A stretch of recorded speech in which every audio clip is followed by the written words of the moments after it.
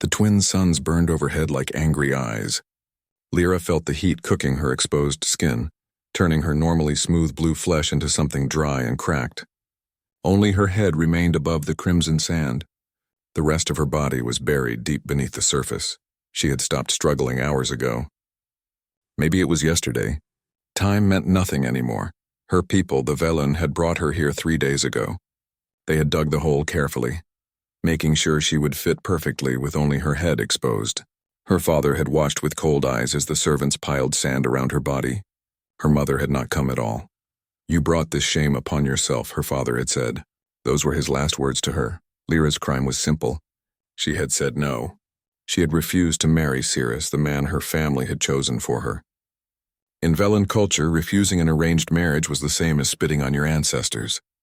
It meant you valued your own desires above the good of your family and your people. The punishment for such dishonor was death. But not a quick death. The desert death, buried to your neck, left to die slowly under the suns, given time to think about your selfishness, time to regret, time to beg forgiveness from the gods, but Lyra felt no regret. She closed her silver eyes and thought about Cirrus one last time. He was handsome by Velen standards, with his dark purple skin and strong telepathic abilities. But she had touched his mind once, accidentally, during their first meeting. What she had seen there made her blood run cold. He did not want a wife. He wanted a tool. Her telepathic bloodline was rare and powerful. He planned to breed her like livestock, creating children with strong mental abilities. Children he would train as spies and weapons. She had seen it all in his mind, clear as crystal water. So she had said no, and now she would die for it. The wind picked up, throwing hot sand against her face. Lyra did not bother to close her eyes anymore. What did it matter? Soon she would be dead. The suns would cook her brain.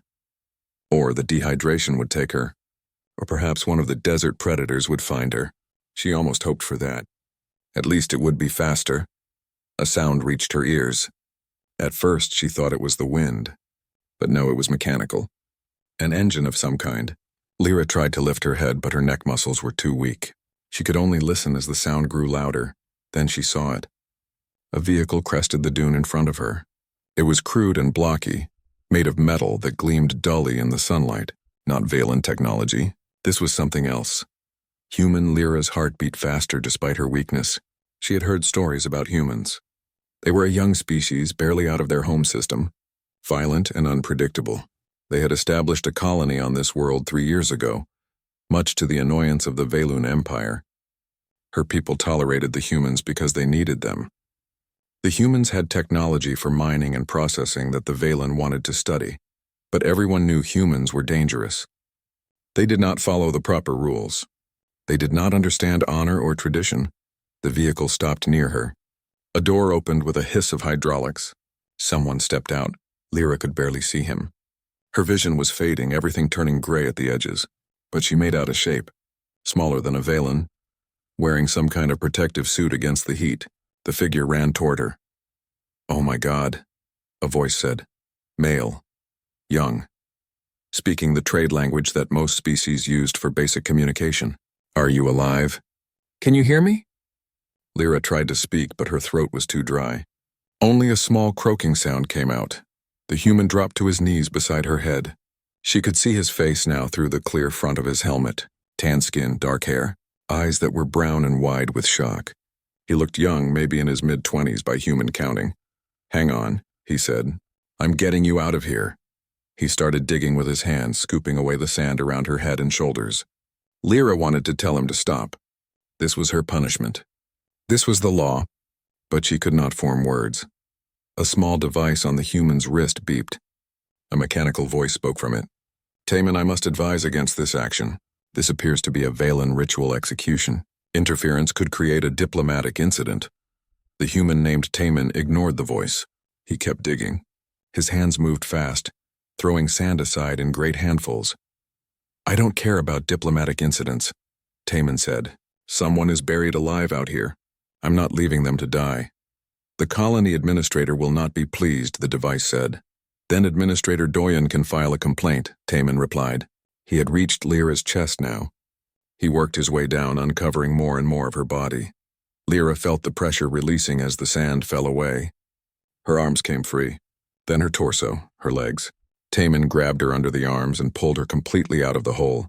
She collapsed against him, too weak to support her own weight. The world spun around her. She felt herself being lifted. Taman was carrying her toward his vehicle. "Stay with me," he said. "We'll get you to medical.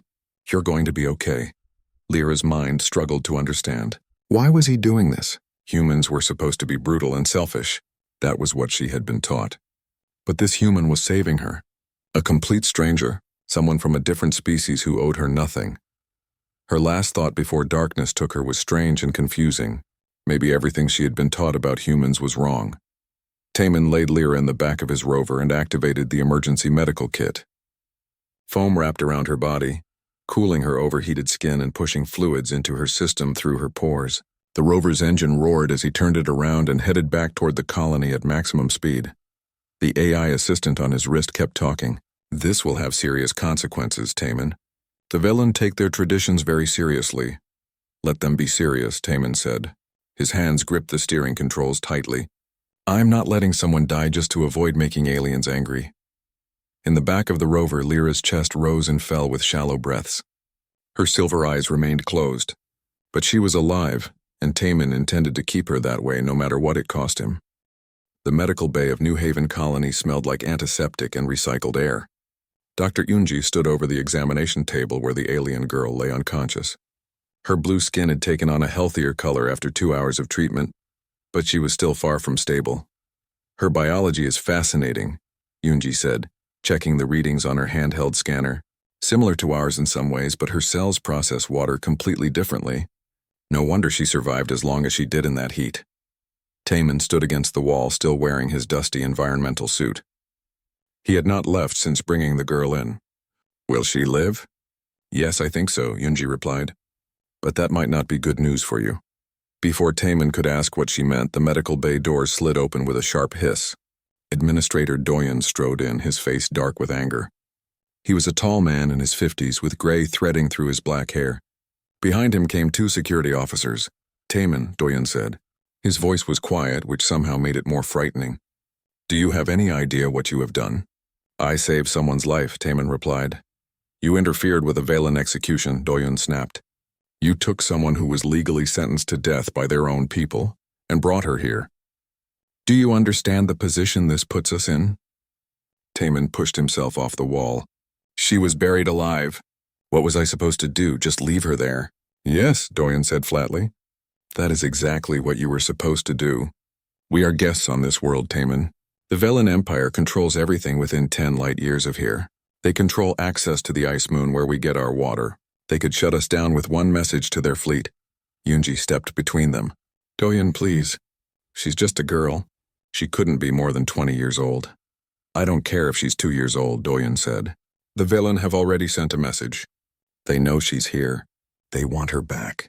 Taman felt his stomach drop. "You're going to give her to them? You're going to send her back to die?" "I'm going to do whatever keeps 3,000 colonists alive," Doyen replied. "Your conscience is not more important than everyone else's survival."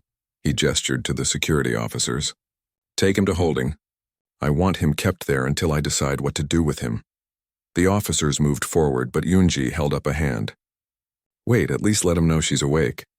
Everyone turned to look at the examination table. The alien girl's silver eyes were open. She stared at the ceiling, not moving, barely breathing. Taman stepped closer. "Can you understand me?" The girl's eyes moved to focus on him. She opened her mouth and spoke in a voice like wind through crystals. The medical bay's translator system picked up her words and converted them to human language. "Why did you take me?" she asked. "You were dying," Taman said. "I couldn't just leave you." "I was meant to die," she replied. Her face showed no emotion. "It was my punishment. You should not have interfered." Doyen moved to the other side of the table. "Listen to me carefully. What is your name?" "Lyra. Lyra, I am Administrator Doyen. You are in the human colony of New Haven.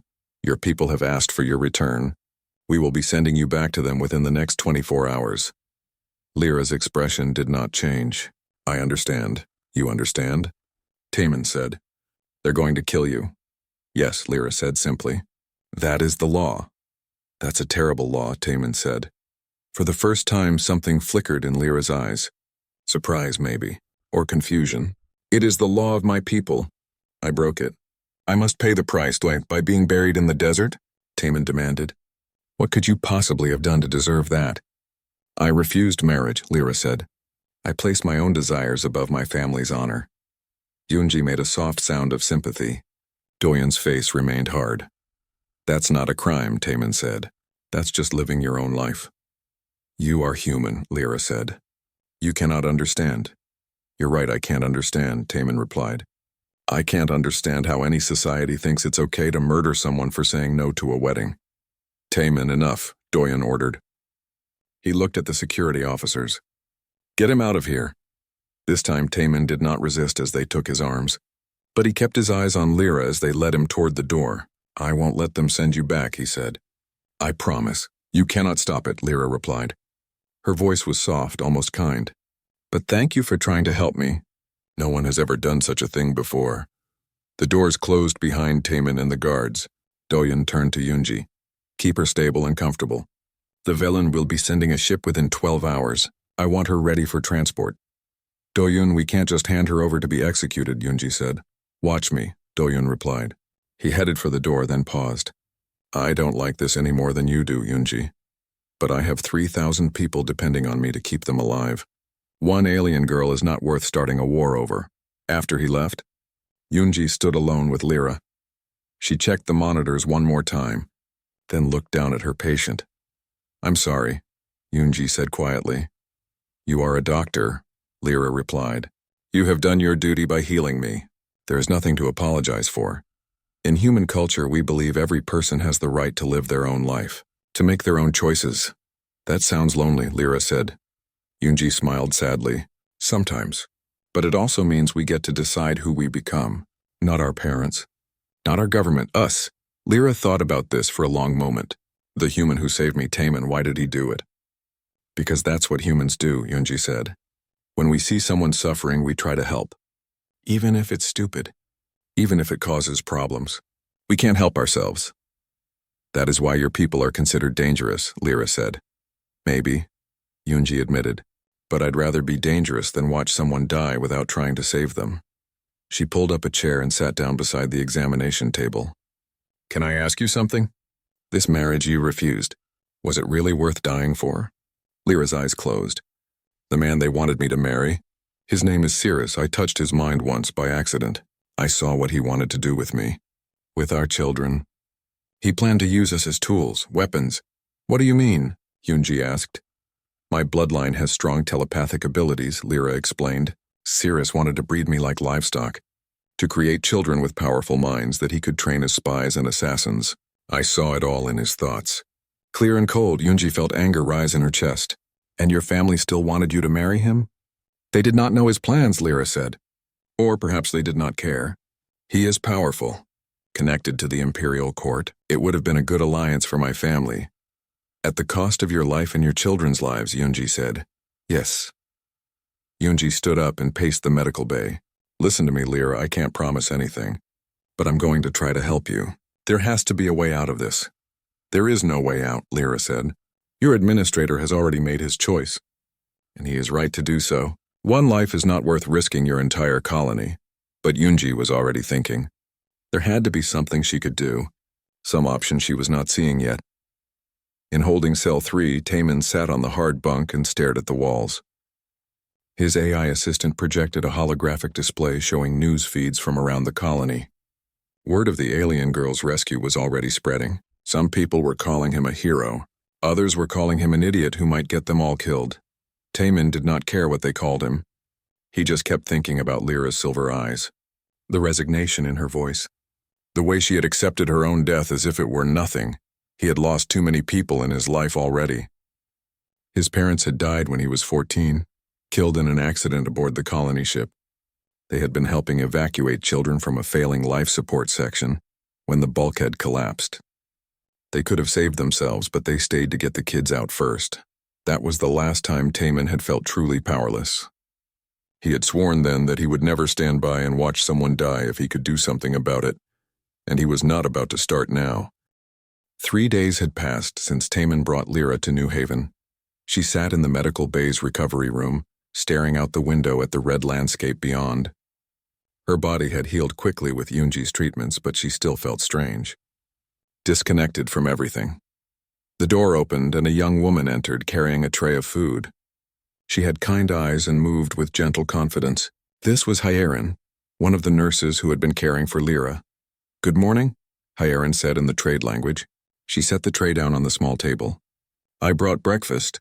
Nothing fancy, but it should be safe for your biology." Dr. Yoonji checked everything twice. Lyra looked at the food, some kind of grain porridge, dried fruit, a cup of water. "Why do you bring me food?" she asked. Hyerin seemed confused by the question. "Because you need to eat." "But I am going to die soon," Lyra said. "Why waste resources on me?" "You're not dying on my watch," Hyerin replied firmly. She sat down across from Lyra. "And you're a person, not a resource. People need food." Lyra studied the nurse's face, trying to understand. "You are kind to someone who is not your species. This is strange to me." "Is it really that strange?" Hyerin asked. "Yes," Lyra said. "My people would never care for an alien this way. You would be given basic medical treatment if necessary. But no one would sit with you. No one would talk to you like you matter." Hyerin looked sad. "That sounds lonely." "It is how things are," Lyra replied. She picked up the spoon and tried the porridge. It was bland but not unpleasant. "Your people are very different from mine." "How so?" Hyerin asked. Lyra thought about how to explain. "The Velun are telepathic. We can sense each other's thoughts and feelings, especially those we are close to. We are never truly alone. There is always a connection to others of our kind. But humans have no such ability. You are isolated inside your own minds. How do you bear it?" "We talk," Hyerin said simply. "We use words to share what we're thinking and feeling. But words can be lies," Lyra said. "Yes," Hyerin admitted. "They can. But they can also be truth. You learn to tell the difference." "How?" Hyerin smiled. "You pay attention. You watch how people act, not just what they say. You build trust over time." Trust. Lyra turned the word over in her mind. It was not a concept that translated well into her language. The Valen did not need trust. They had mental connections that made deception nearly impossible. The door opened again. This time it was Taman. He looked tired with dark circles under his eyes. He had been released from holding that morning after 3 days of confinement. "Mind if I visit?" he asked. Hyerin stood up. "I'll leave you two to talk. Lyra, make sure you finish that food." After she left, Taman pulled the chair closer to Lyra's bed. They sat in silence for a moment. "How are you feeling?" Taman finally asked. "Better," Lyra said.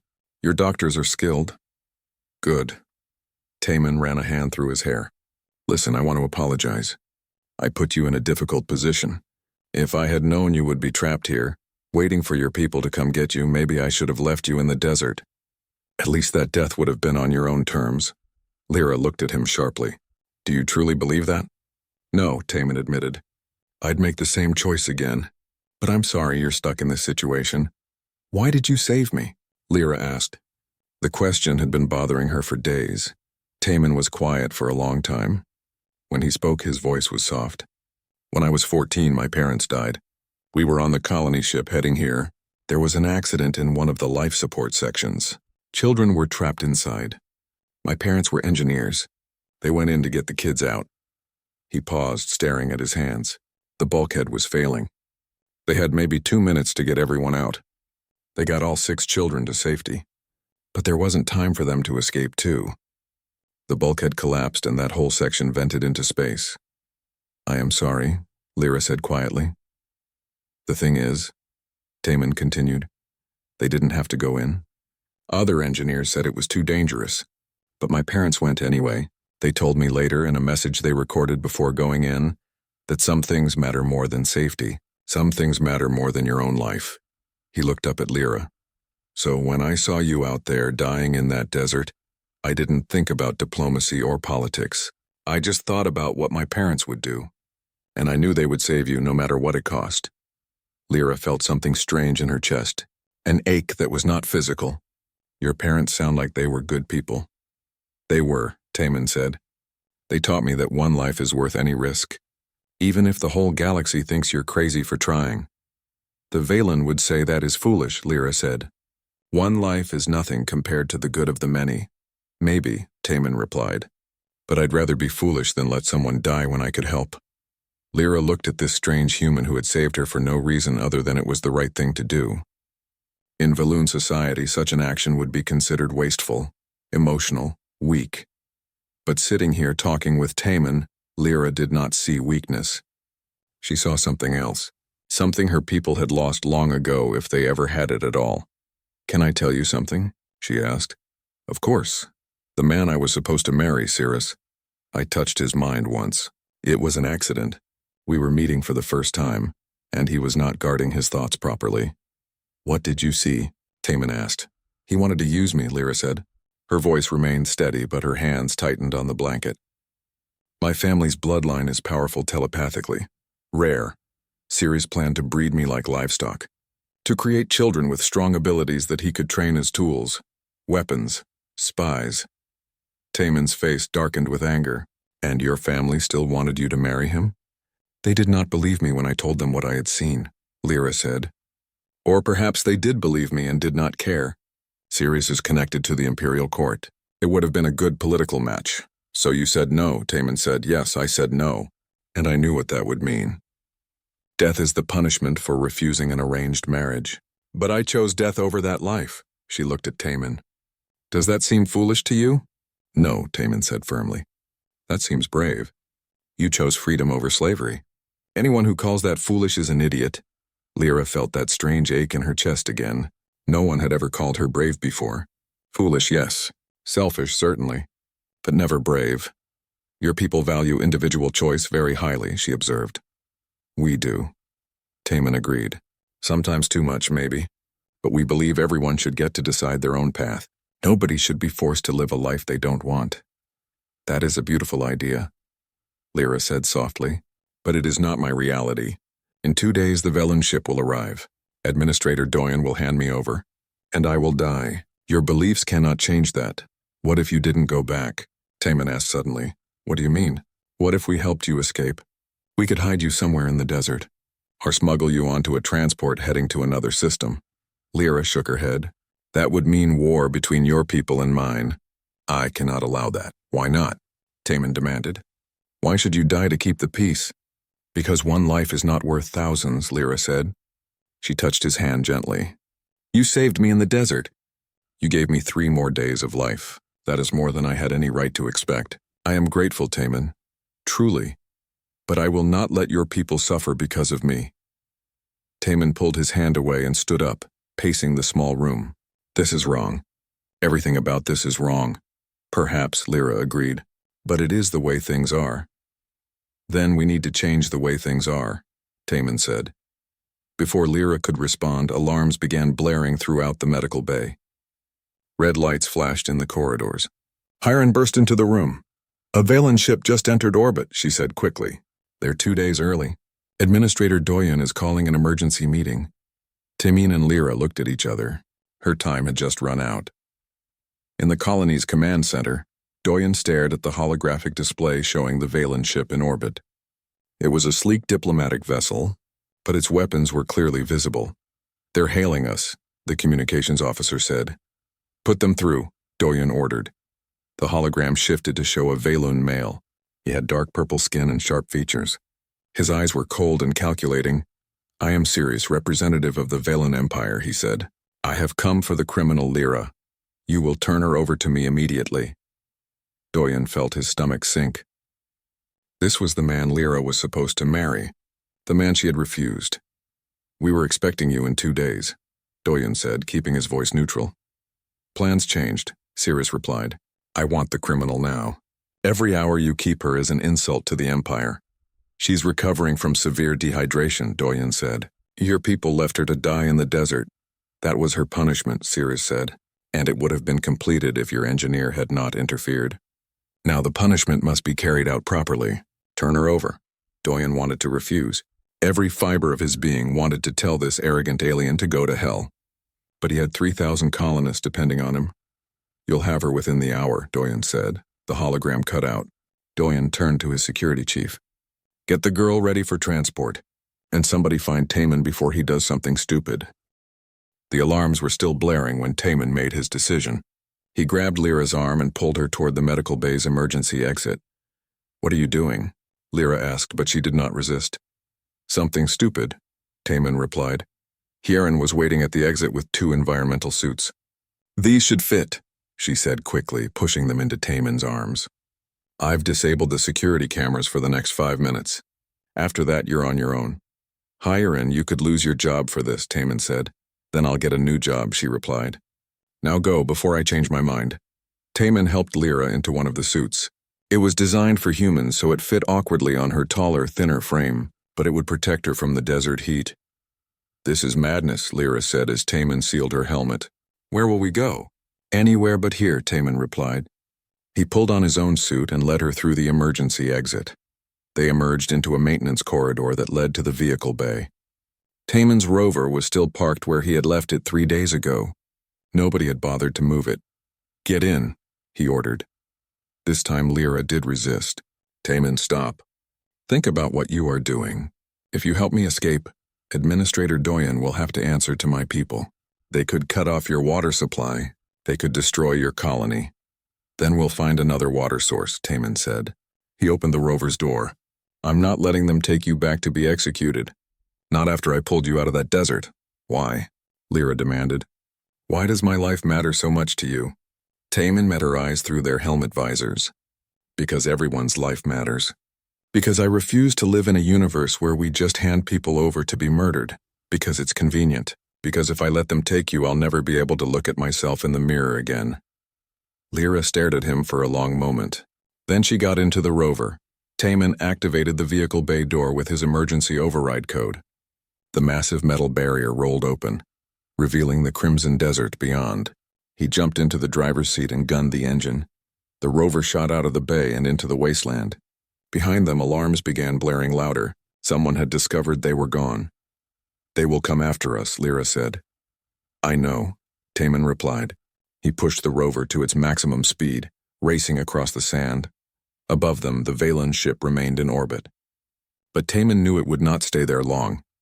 In the command center, Doyen slammed his fist on the console when he heard the news.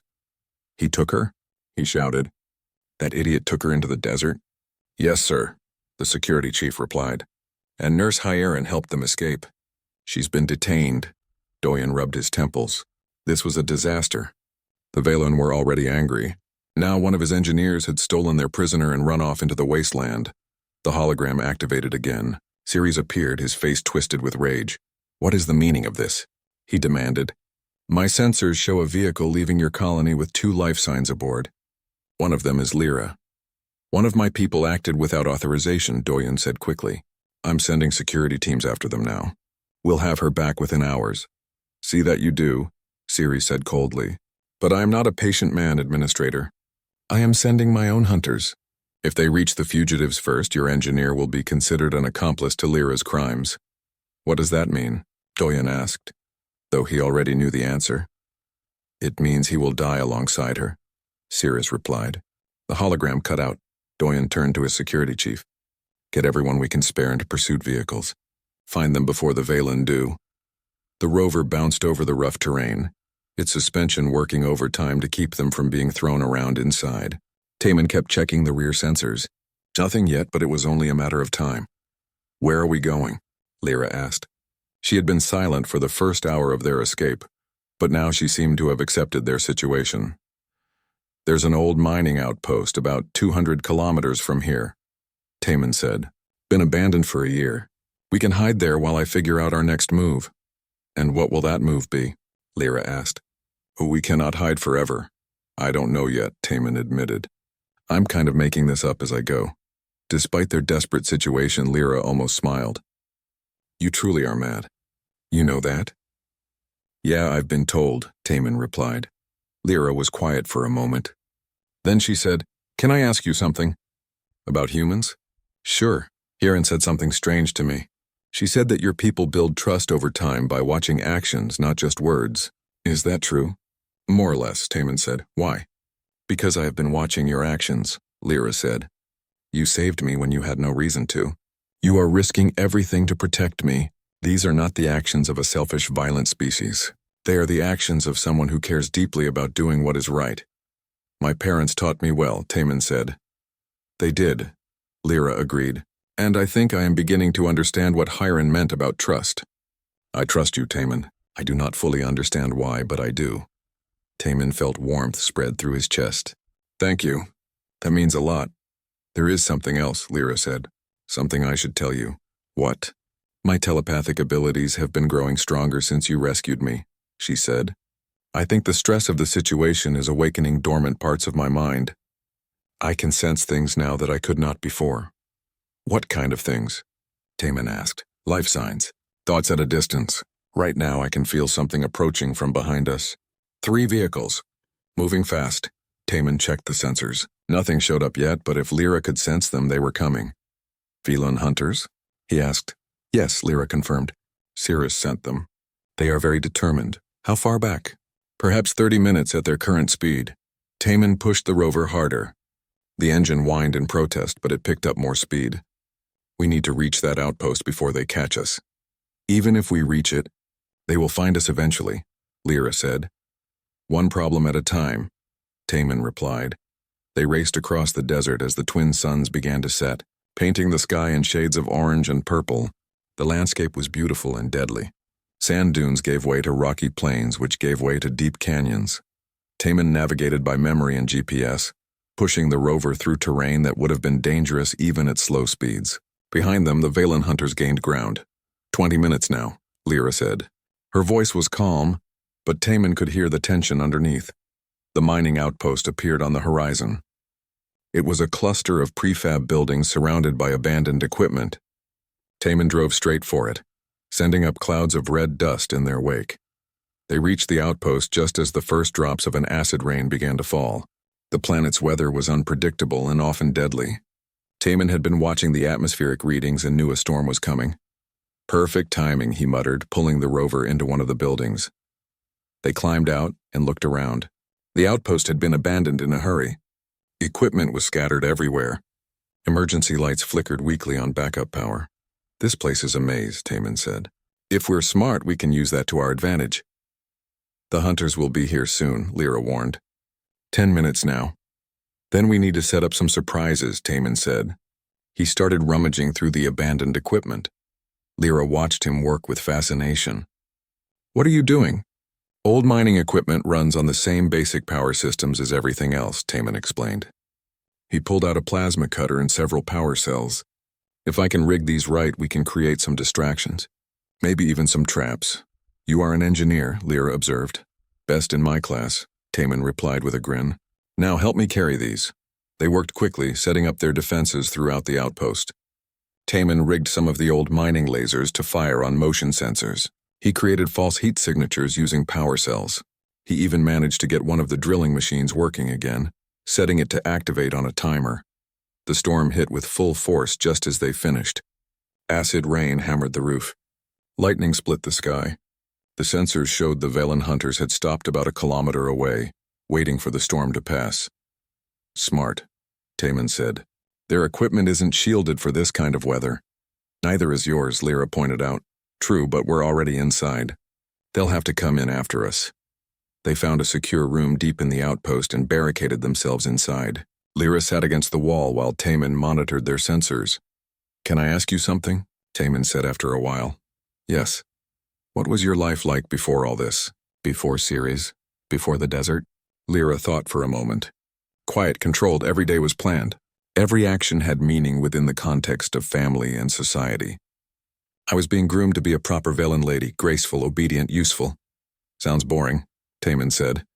It was, Lyra admitted, but it was also safe, predictable. I knew exactly what was expected of me. And now? Now I have no idea what will happen next, Lyra said. It is terrifying, but also exhilarating. For the first time in my life, I am making my own choices, even if those choices lead to my death. They won't, Taman said firmly. We're getting out of this. How can you be so certain? Because I refuse to believe otherwise, Taman replied. That's what humans do. We refuse to accept the impossible.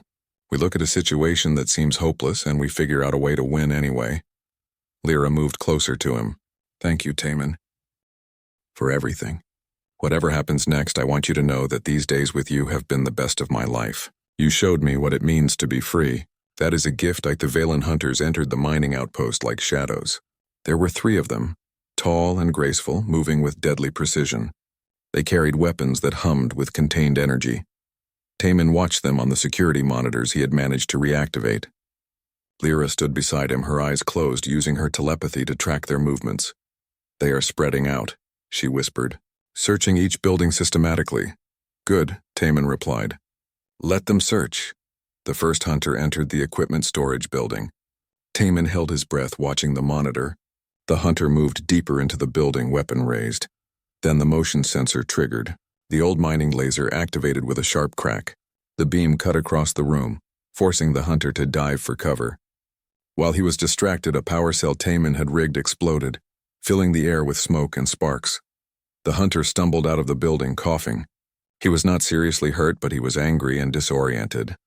1 down, 2 to go, Taman muttered, but the other hunters had learned from their companion's mistake. They moved more carefully now, checking for traps before entering any space. They adapt quickly, Lyra observed. So do I, Taman replied. He activated the drilling machine he had set up in the main processing building. It roared to life with a deafening sound, shaking the entire outpost. The hunters converged on the sound, thinking they had found their prey. By the time they realized it was a diversion, Taman and Lyra had slipped out the back of their hiding spot and made their way toward the canyon behind the outpost. We cannot keep running forever, Lyra said as they climbed down the rocky slope. I know, Taman replied, but every minute we buy gives the colony time to send help. You think Administrator Doyen will help us? Lyra asked. After what you did? Maybe not Doyen, Taman admitted, but Yunji will. And Heron, there are people back there who believe what we're doing is right. They reached the bottom of the canyon and found themselves in a narrow passage between towering rock walls. The twin suns were high overhead, turning the canyon into an oven. Lyra suddenly stopped.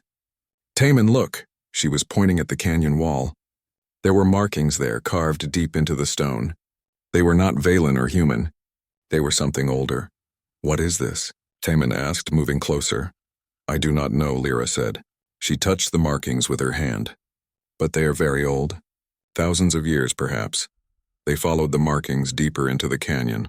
The passage opened into a larger space, and there they found it. A structure built into the rock itself. It was made of a dark metal that seemed to absorb light. Strange symbols covered every surface. This is incredible, Taman breathed. This planet had another civilization before the Valoon or humans arrived. Look here, Lyra called. She was standing in front of what looked like a control panel. The symbols on it were glowing faintly. Taman pulled out his scanner and ran it over the structure. The power source is still active. Whatever this thing is, it has been running for a very long time. Can you read these symbols? Lyra asked. No, but my scanner is recording everything.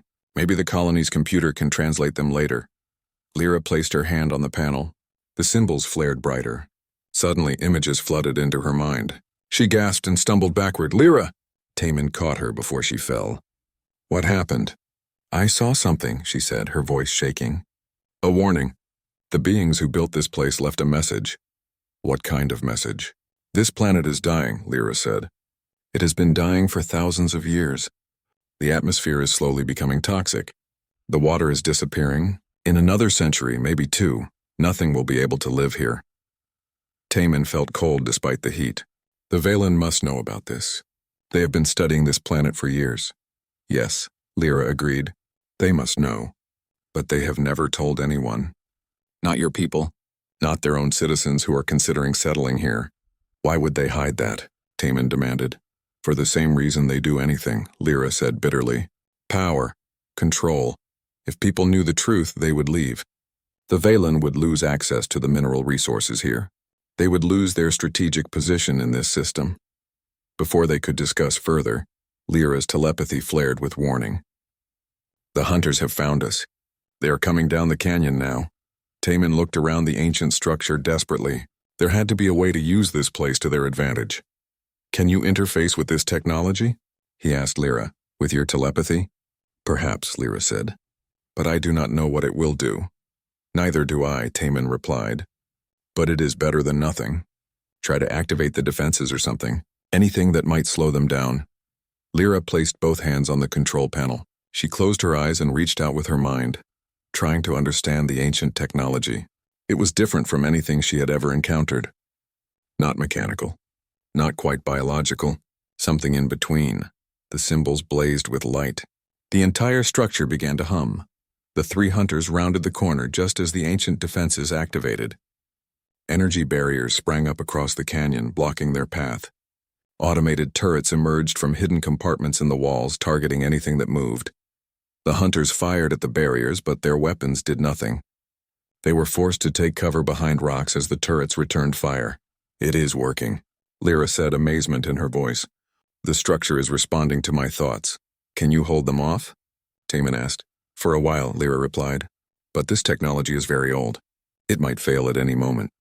Taman's wrist communicator suddenly crackled to life. "Taman, this is Yunji. Do you read me?" "Doctor." Taman replied. "Yes, I hear you. Where are you?" Yunji asked. "The whole colony is going crazy. Doyen has security teams out looking for you, and the Veloon are threatening to destroy our water processors if we do not hand over Lyra. We are in a canyon system about 30 kilometers west of the old mining outpost," Taman said. "And you need to hear this. We found something. Proof that the Veloon have been lying to everyone." He quickly explained what they had discovered. The ancient structure. The warning about the dying planet. Everything. Yunji was silent for a long moment. "If this is true, it changes everything. The Veloon have been letting us build a colony here knowing it is doomed. Not just us," Taman said. "They have been encouraging their own people to consider settling here too. All while knowing the planet will not support life much longer. I need to tell Doyen," Yunji said. "He needs to know what the Veloon are hiding." "Be careful," Taman warned. "If Cirrus finds out we know the truth, he will try to silence us permanently." "Understood," Yunji replied. "Stay alive. Help is coming." The connection cut out. Taman looked at Lyra, who was still maintaining the defenses with her telepathy. Sweat ran down her face from the effort. "How are you holding up?" he asked. "I can maintain this for perhaps another hour," she said. "Maybe less. The strain is enormous. Then we use that hour to learn as much as we can," Taman said. He pulled out his scanner and began recording everything he could about the ancient structure. Back at New Haven Colony, Yunji burst into Administrator Doyen's office without knocking. He was in a meeting with his senior staff. "This better be important," Doyen said. "It is," Yunji replied. She quickly explained what Taman had found. Doyen's face grew darker with each word. "They lied to us. The entire Veloon Empire lied to us about this planet." "Not just lied," Yunji said. "They actively encouraged us to settle here knowing we would eventually die out." "Why would they do that?" One of the senior engineers, a man named Minho, spoke up. "Because they want to study us. Watch how we try to survive on a dying world. They probably see us as an experiment. Or they want us desperate enough to become dependent on them completely," added Nari, the colony's lead scientist. "If we knew the truth from the start, we never would have come here. But now we have invested everything. We cannot afford to leave." Doyen slammed his fist on the desk. "I want every shred of evidence," Taman's scanner recorded. "I want our best people analyzing that ancient structure, and I want to know what legal grounds we have to confront the Veloon with this." "You are going to stand up to them?" Yunji asked, surprised.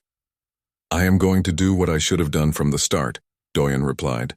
"Protect my people. All of my people. Including the idiot engineer and the alien girl he rescued. He activated the colony-wide communication system. This is Administrator Doyen. I need all senior staff in the command center immediately.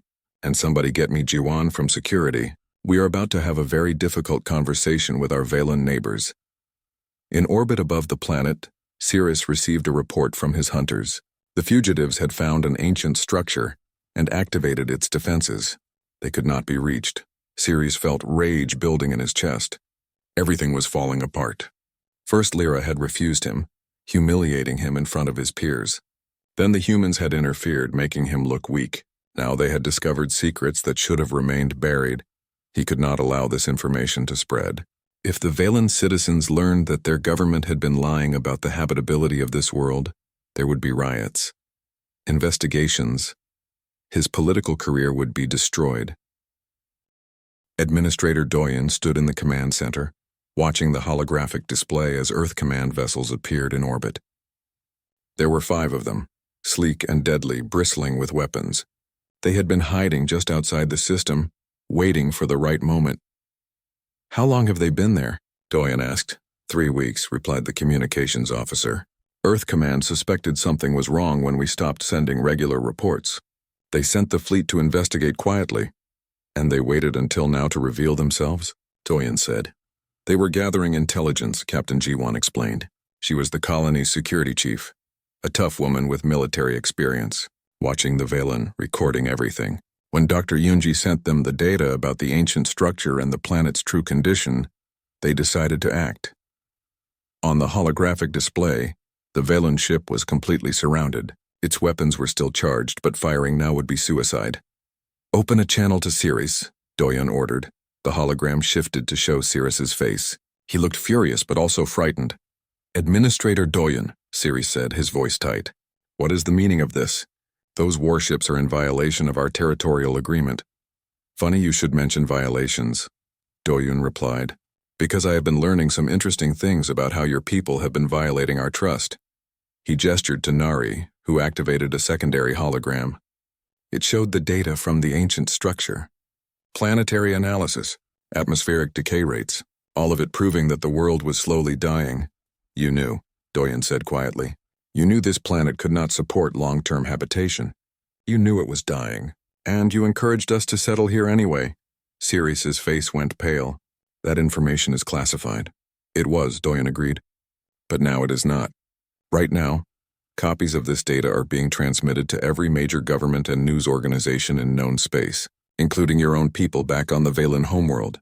"You cannot do this," Sirius said desperately. "I already have," Doyen replied. "Your ship's weapons are pointed at the surface where my engineer and your criminal are hiding. Were you planning to destroy the evidence? Were you going to kill them and blame it on an accident?" Sirius said nothing, but his silence was answer enough. "Here is what is going to happen," Doyen continued. "You are going to power down your weapons. You are going to recall your hunters, and you are going to leave this system immediately. If you do not, those Earth Command vessels will disable your ship and take you into custody for attempted murder and conspiracy. The Valen Empire will not stand for this insult," Sirius said. "The Valen Empire is about to have much bigger problems than one insulted diplomat," Doyen replied. "When your people learn that their government has been lying to them about colonization efforts, there will be investigations, trials. Your entire political class will be scrambling to save themselves. They will not have time to worry about you." Sirius stared at him with hatred. "You have no proof that I personally knew about the planet's condition." "Actually, we do," said a new voice. The hologram split to show another image. It was Lyra, standing in the ancient structure with Taman beside her. She looked exhausted but determined. "Sirius," Lyra said, "I have been inside your mind. I saw your plans, not just for me but for this planet. You knew about the decay. You helped hide it from both the humans and our own people. You saw this world as a way to gain power and wealth before abandoning it. Your telepathic testimony means nothing." Sirius snarled. "It is not admissible in any court." "Perhaps not in a Valoon court," Lyra agreed. "But the humans have a device called a brain scanner. Dr. Yunji used it on me with my permission. It recorded my memories of what I saw in your mind. Those recordings are now part of the evidence being transmitted across the galaxy." Sirius's face went from pale to purple with rage. "I will destroy you. I will destroy all of you." "No," Lyra said calmly. "You will not. Because I am claiming asylum with the humans. I am renouncing my Valen citizenship and requesting to live among people who value truth over power." "You cannot do that," Sirius said. "She just did," Taman said, speaking for the first time. "And if you try to stop her, you will have to go through me, and through every human in this colony, and through those 5 warships in orbit. Your move." The hologram showing Sirius flickered and died as he cut the connection. On the main display, the Velen ship's weapons powered down. Its engines activated and it began moving away from the planet. "He is running," Jiwan observed. "Let him," Doyen said. "We have what we need. The evidence is out there. The truth is known." Yunji turned to Doyen. "What about Taman and Lyra?" "They are still trapped in that canyon with the Valoon hunters." "Already taken care of," Jiwan said. She activated another hologram showing aerial footage of the canyon. A human transport ship was landing near the ancient structure. I sent a rescue team the moment those Earth Command ships appeared. They will have our people out of there within the hour. In the canyon, Taman and Lyra watched as the transport ship settled onto the rocky ground. The ancient structure's defenses recognized the newcomers as friendly and allowed them to pass. The transport's doors opened, and a squad of security personnel emerged, led by a tough-looking woman Taman recognized as Jiwon. "You two are officially more trouble than you are worth," Jiwon said, but she was smiling. "Come on, let us get you home." "What about the hunters?" Lyra asked. "They withdrew 5 minutes ago," Jiwon replied. "Received orders from their ship to stand down." "I think your former boyfriend realized he was beaten." Lyra felt relief wash over her. It was finally over. The running, the fear, the constant threat of death. For the first time in her life, she was truly free. Taman helped her into the transport. As they lifted off, he looked down at the ancient structure below. "We need to study that place," he said. "Really study it. There might be technology there that could help us survive on this planet despite the decay, or technology to accelerate the terraforming process." "That is a good idea," Jiwon said. "Doyen is already assembling a research team. You will be part of it, obviously. You and Lyra discovered it." "Me?" Lyra said, surprised. "But I'm not a human. I have no place in your colony." "You do now," Jiwon replied. "Doyen has officially granted you asylum. You are one of us. If you want to be," Lyra looked at Taman. He smiled and took her hand. "I want to be," Lyra said softly. The transport carried them back to New Haven, as the twin suns set behind them, painting the sky in brilliant colors. When they arrived at the colony, a crowd had gathered to meet them. Hyaran pushed through and threw her arms around Lyra in a hug that made the alien girl stiffen in surprise, before slowly relaxing into the embrace. "You scared me," Hyaran said. "Do not do that again." "I will try not to," Lyra replied, still not quite comfortable with the casual physical affection humans showed. Yoonji approached next, running a scanner over both of them. "You are dehydrated and exhausted, but otherwise healthy. Come to the medical bay later and I will give you both a proper examination." Minho and Nari were there too, practically bouncing with excitement. "We need to hear everything about that ancient structure," Minho said. "Every detail. The energy signatures we are detecting are unlike anything in our databases." "It can wait until tomorrow," Doyen said, appearing through the crowd. He looked at Taman with an expression that was hard to read. "You disobeyed direct orders. You stole colony property. You nearly started a war." "Yes, sir," Taman said, not looking away. "You also exposed a massive conspiracy and saved countless lives by revealing the truth about this planet," Doyen continued. "So I suppose we are even." He extended his hand. Taman shook it, relief flooding through him. "Do not make a habit of stealing rovers," Doyen added. "But good work." As the crowd began to disperse, Taman and Lyra found themselves standing together, watching the colony go about its evening routine. Lights were coming on in the hab modules. People were heading to the dining hall for dinner. Life continued. "What do we do now?" Lyra asked. "Now?" Taman said. "Now we figure out how to make this planet livable. We study that ancient technology. We work with the good Velen who will want to make things right after this scandal breaks. We build something better." "That sounds like hard work," Lyra observed. "It will be," Taman agreed. "But at least we will be doing it as free people. Making our own choices, living our own lives." Lyra looked up at the stars appearing in the darkening sky. Somewhere up there, her people were learning the truth. Her father would know by now what his government had done. Her mother would see that Lyra had been right to refuse Cirrus. She wondered if they would ever forgive her. Then she realized she did not need their forgiveness. She had found something more valuable than her family's approval. She had found her own path. "Taman," she said, "thank you." "For everything, thank me?" Taman laughed. "You are the one who interfaced with ancient alien technology and helped expose a galactic conspiracy. I just drove the rover." "You did more than that," Lyra said seriously. "You showed me what it means to be free. You taught me that one person can make a difference. That doing the right thing matters more than following the rules." "My parents taught me that," Taman said. "And now I'm teaching you. Maybe someday you will teach someone else." Lyra smiled. It was the first genuine smile she had managed since this whole ordeal began. "Perhaps I will." In orbit, the Earth command vessels maintained their positions, making sure the 5 years had passed since the day Taman pulled Lyra from the Crimson Sand. The New Haven colony had changed dramatically in that time. The population had grown to nearly 8,000. New buildings stretched toward the horizon. The ancient structure in the canyon had become the center of a massive research complex, but the biggest change was not visible from space. It was in the hearts and minds of the people who lived there. Lyra stood on the observation deck of the research facility, looking out over the desert that had once been her grave. The view was different now. Where there had been only sand and rock, there were now patches of green, experimental gardens, trees that had been genetically modified to survive the harsh conditions, water condensers that pulled moisture from the air. The planet was still dying, but much more slowly than before. The research teams had been working with the ancient technology, learning how to stabilize the atmosphere. It would take generations to fully heal the world, but progress was being made. Still thinking about that day? A voice asked behind her. Lyra turned to see Taman approaching. He wore the uniform of New Haven's chief engineering officer now, a position Doyen had created specifically for him. He had earned it through 5 years of tireless work. I think about it often, Lyra admitted. How close I came to dying, how different everything would be if you had just driven past me that day. I could never have done that, Taman said, joining her at the window.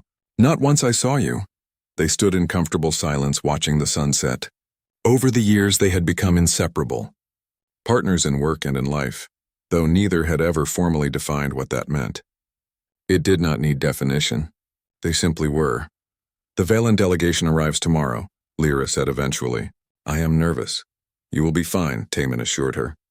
You are the colony's official liaison to the Valen Empire. You have done this dozens of times. This is different, Lyra said. Commander Vallis is bringing his daughter. She is the same age I was when I was buried in the desert. She was recently forced into an arranged marriage. She wants to know if there are alternatives. Taman understood immediately. You want to help her? Yes, Lyra said. But I worry that I will say the wrong thing. That I will make her think rebellion is easy when it is not. Tell her the truth, Taman advised. Tell her about the fear, the uncertainty, the price you paid for freedom. But also tell her that it was worth it. That you would make the same choice again. Lyra nodded slowly. You are right.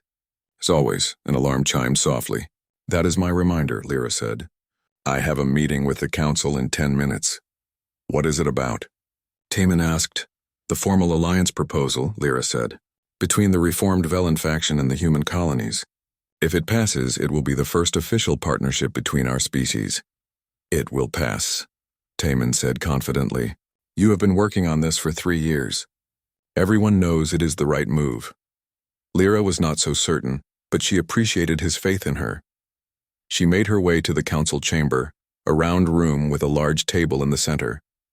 The council consisted of representatives from various colony departments. Doyen sat at the head of the table, older now but still sharp. Hyunji was there along with Minho, Nari, and Jiwon. Hiran attended as well, representing the medical staff. Liaison Lyra, Doyen said formally as she entered. Thank you for joining us. Lyra took her seat. Thank you for having me, Administrator. Let us get straight to business, Doyen said. You have proposed a formal alliance between New Haven and the reformed Valoon faction led by Commander Vallis. This would include technology sharing, joint research projects, and mutual defense agreements. Some council members have concerns, Jiwon spoke first. My concern is security. 5 years ago, the Valoon Empire tried to execute one of our own. They threatened our water supply. They lied to us about the planet's condition. How do we know this reformed faction is any different? Because they purged the corrupt officials, Lyra replied calmly. She had expected this question. After the scandal broke, the Valoon people demanded accountability. Sirius and his allies were removed from power. Some were imprisoned. Commander Vallis led the reform movement. He is honest and honorable. But can we trust them? Jiwon pressed. Trust is earned over time, Lyra said. The reformed Valoon have been working with us for 3 years now. They have shared technology freely. They have admitted past wrongs.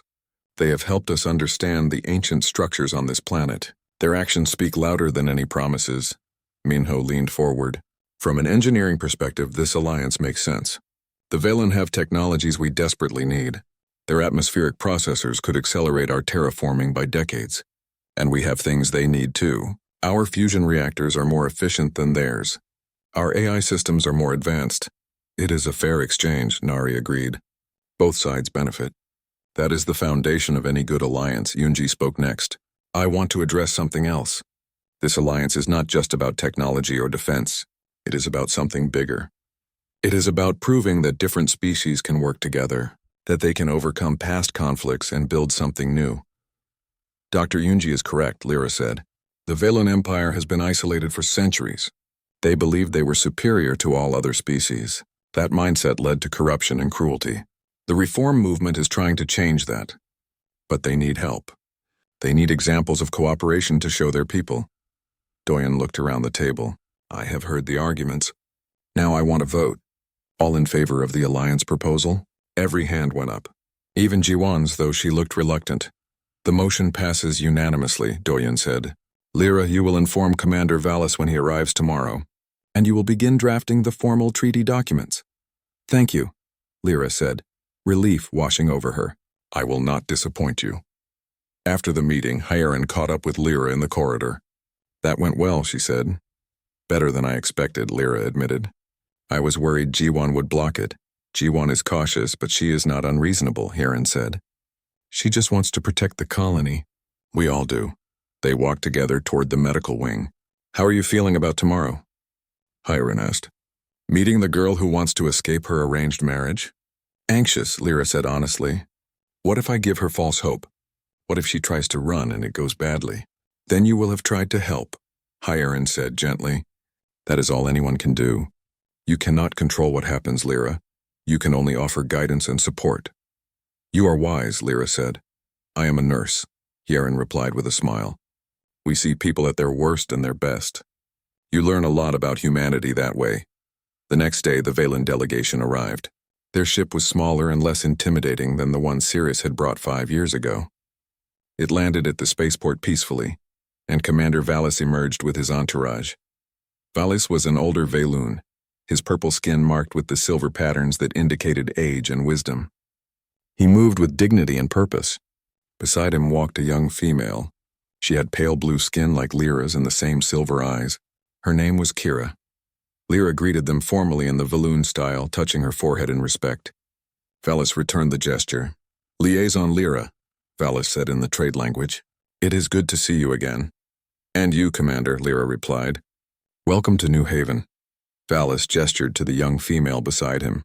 This is my daughter Kira. She has asked to meet you specifically. Kira stepped forward shyly. I have heard much about you, Lyra. About how you refused an arranged marriage and survived. About how you found freedom among the humans. I did, Lyra said gently, but it was not easy. Would you like to talk privately? Kira looked at her father, who nodded. Go. I will handle the diplomatic matters with Administrator Doyen. Lyra led Kira to a quiet garden that had been established in one of the colony's biodomes. Real trees grew here, imported from Earth. The sound of running water came from a small fountain. It was peaceful. They sat on a bench together. Kira was nervous, her hands clasped tightly in her lap. Tell me your story, Lyra said. Kira took a deep breath. I was married 3 months ago to a man named Torin. He is wealthy and connected to the new government. My father arranged it to secure his political position during the reforms. Do you love him? Lyra asked. No, Kira said quietly. I barely know him. He is not cruel, but he does not see me as a person. I am a possession to him, a symbol of his status. And you want to leave him, Lyra said. I want to choose my own life, Kira replied. Like you did. But I am afraid. If I leave, my father could lose everything he has worked for. The reforms could be damaged, and I do not know where I would go or what I would do. Lyra was quiet for a long moment, gathering her thoughts. When I refused my marriage, I knew I would die. That was the price of my choice. I accepted it because living as a tool for someone else's ambition felt worse than death. But you did not die, Kira said. No, a human named Taman saved me, but I could not have known that would happen. I made my choice expecting to die. That is important to understand. Freedom requires courage. It requires accepting that the cost might be everything you have. I do not know if I am that brave, Kira admitted. Then perhaps you are not ready yet, Lyra said honestly, and that is acceptable. Courage,